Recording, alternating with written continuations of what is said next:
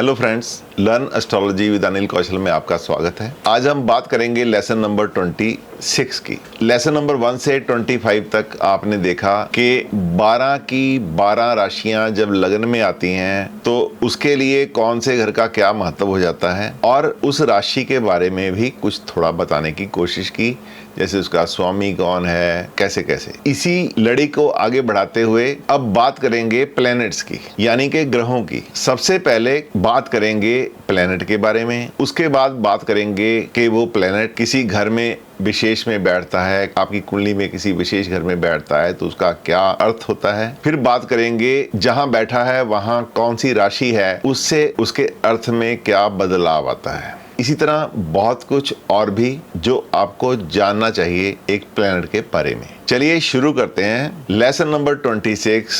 सबसे पहले बात करेंगे सूर्य। सूर्य बाकी सब प्लैनेट्स का राजा प्लैनेट है। सूर्य को प्लैनेट्स का किंग भी बोलते हैं। सबसे पहले सूर्य के बारे में कुछ जानने की कोशिश करते हैं। सूर्य एक सात्विक, अग्नि तत्व और क्षत्रिय स्वभाव का प्लैनेट है। सूर्य सात्विक का मतलब एक ब्राह्मण प्लैनेट है, शुद्ध प्लैनेट है। अग्नि तत्व का मतलब इसका जो नेचर है वो गर्म है, और क्षत्रिय का मतलब इसका स्वभाव जो है एक क्षत्रिय की तरह है, निडर स्वभाव है। अब बात करेंगे सूर्य के मित्र ग्रहों की। चंद्रमा यानी कि मून, मंगल यानी कि मार्स, बृहस्पति यानी कि जुपिटर सूर्य के मित्र प्लेनेट हैं। ये जो मित्रता है नैसर्गिक मित्रता है, यानी कि ये मित्रता सदा ही बनी रहती है और ये नेचुरल मित्रता है। ये मित्रता के लिए इनके स्वभाव, इनकी बहुत सी चीजें, तत्व आपस में मिलते होते हैं, जिसलिए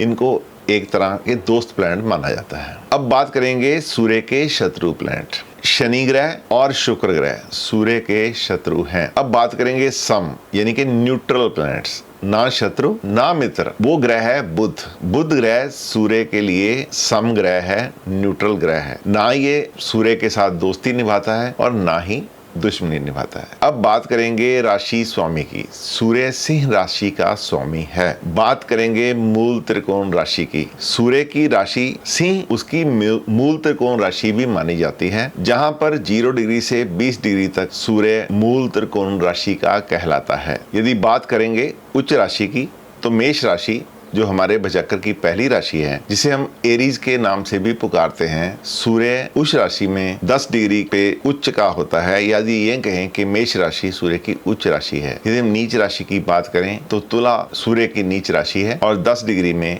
यहाँ पे सूर्य अपनी नीचतम स्थिति में होता है। यदि हम कला और किरणों की बात करें तो सूर्य की 30 कला और 20 किरणें होती हैं। यदि हम लिंग की बात करें तो सूर्य एक पुरुष ग्रह है। दिशा सूर्य की पूर्व दिशा होती है, या ये कहें कि सूर्य पूर्व दिशा का स्वामी होता है। भाग्यरथी, भाग्य का स्टोन भाग्य रत्न। यदि हम भाग्य रत्न की बात करें तो सूर्य का भाग्य रत्न रूबी यानी कि मानिक होता है। रक्तमणि को भी धारण किया जा सकता है, लेकिन फर्स्ट प्रेफरेंस जो है वो मानिक को दी जाती है। यदि हम भाग्य संख्या की बात करें तो 1, 10, 19 सूर्य की भाग्य संख्या मानी जाती है। हर प्लेनेट का कोई ना कोई डाइटी होता है, कोई ना कोई अधिदेवता होता है। शिव, अग्नि, रुद्र, भगवान नारायण और सच्चिदानंद सूर्य के आराध्य देव हैं। यदि हम बीज मंत्र की बात करें तो ओम ह हरि ह सह सूर्याय नमः इसका बीज मंत्र है, और जिसको भी सूर्य को खुश करना हो उसको चाहिए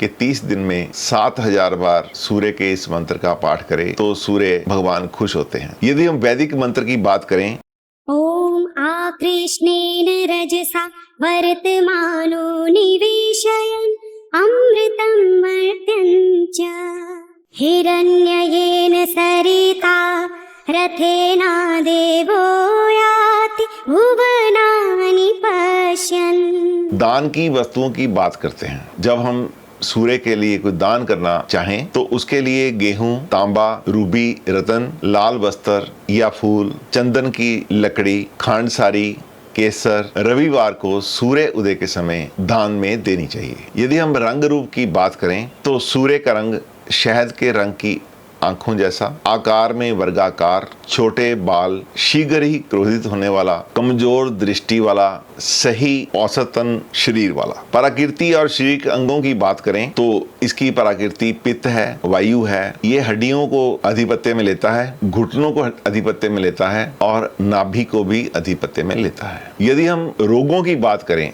डिजीजेस की बात करें जो सूर्य के खराब होने से व्यक्ति को हो सकते हैं, तो वो है, उसमें प्रथम है हृदय रोग, क्योंकि सूर्य हृदय का कारक है। हड्डियों का टूटना, क्योंकि सूर्य कैल्शियम का कारक है। माइग्रेन, क्योंकि सूर्य ब्रेन का कारक है। पीलिया, क्योंकि सूर्य इसके साथ साथ हमारे लीवर का भी कारक है। ज्वर का आना, सूर्य इंटेरिक फीवर, एकदम से तेज बुखार का कारक है। जलन का होना, कटना किसी तेज धार हथियार से, चाकू से, पिन से, पेन से हमारे शरीर में कहीं कट लग जाना, उसका भी कारक है। हमारे जो घाव होते हैं उनका भी कारक है। सुजाक, विषाक्त रोग सूर्य के होते हैं। चर्म रोग सूर्य के होते हैं। कोढ़, जब कभी सूर्य खराब होता है और उसके साथ केतु भी खराब होता है और बुध भी खराब होता है तो कोढ़ का कारक बन जाता है। पित्तीय रचना, गर्म तबीयत हमारी जो होती है, गर्मी हो गई, हमें ऐसा बोलते हैं हम कि उसकी भी सूर्य के बिना नहीं हो सकता। कमजोर दृष्टि, सूर्य दृष्टि का कारक है, आंखों की ज्योति का कारक है। जब सूर्य खराब होता है तो आंखों की ज्योति खराब होने का खतरा रहता है। सूर्य डाइजेस्टिव सिस्टम का कारक है। सूर्य उदर रोग का कारक है, हमारे पेट के रोगों का कारक है। सूर्य हमारे दिमागी गड़बड़ी का भी कारक है। सूर्य खराब होने से भूख में कमी आती है और अतिसार की बीमारी होने का खतरा रहता है। अब बात करें कि ओवरऑल सूर्य किस चीज को रिप्रेजेंट करता है, किस चीज का प्रतिनिधित्व करता है। हमारे शरीर में जो आत्मा का वास होता है, जो प्रभु की ज्योति है, उसका कारक भी सूर्य है। हमारे स्वाभिमान का कारक भी सूर्य है। हमारे तेज का कारक भी सूर्य है। हमारी एनर्जी, ताकत का कारक भी सूर्य है। और जो लोग चिकित्सा करने में समर्थ होते हैं, यानी कि फिजिशियन, डॉक्टर, वैद्य, हकीम, उसका कारक भी सूर्य है। सूर्य धातु का भी कारक है। यदि हम विशिष्ट गुणों की बात करें तो इसके विशिष्ट गुणों में राजनीति, राजसी ठाठ बाट, राजसिक ग्रह, एक नैसर्गिक आत्म कारक इसको मानते हैं। बंजर जमीन का ये कारक है। खुले मैदानों का कारक है। खुले जंगलों का, जहाँ पे कंटीली झाड़ियाँ होती हैं, उनका ये कारक है। ये जीवन का स्रोत है, हमारे जीवन की एनर्जी है। ये हृदय और ऊर्जा का कारक है। ये चतुष का कारक है।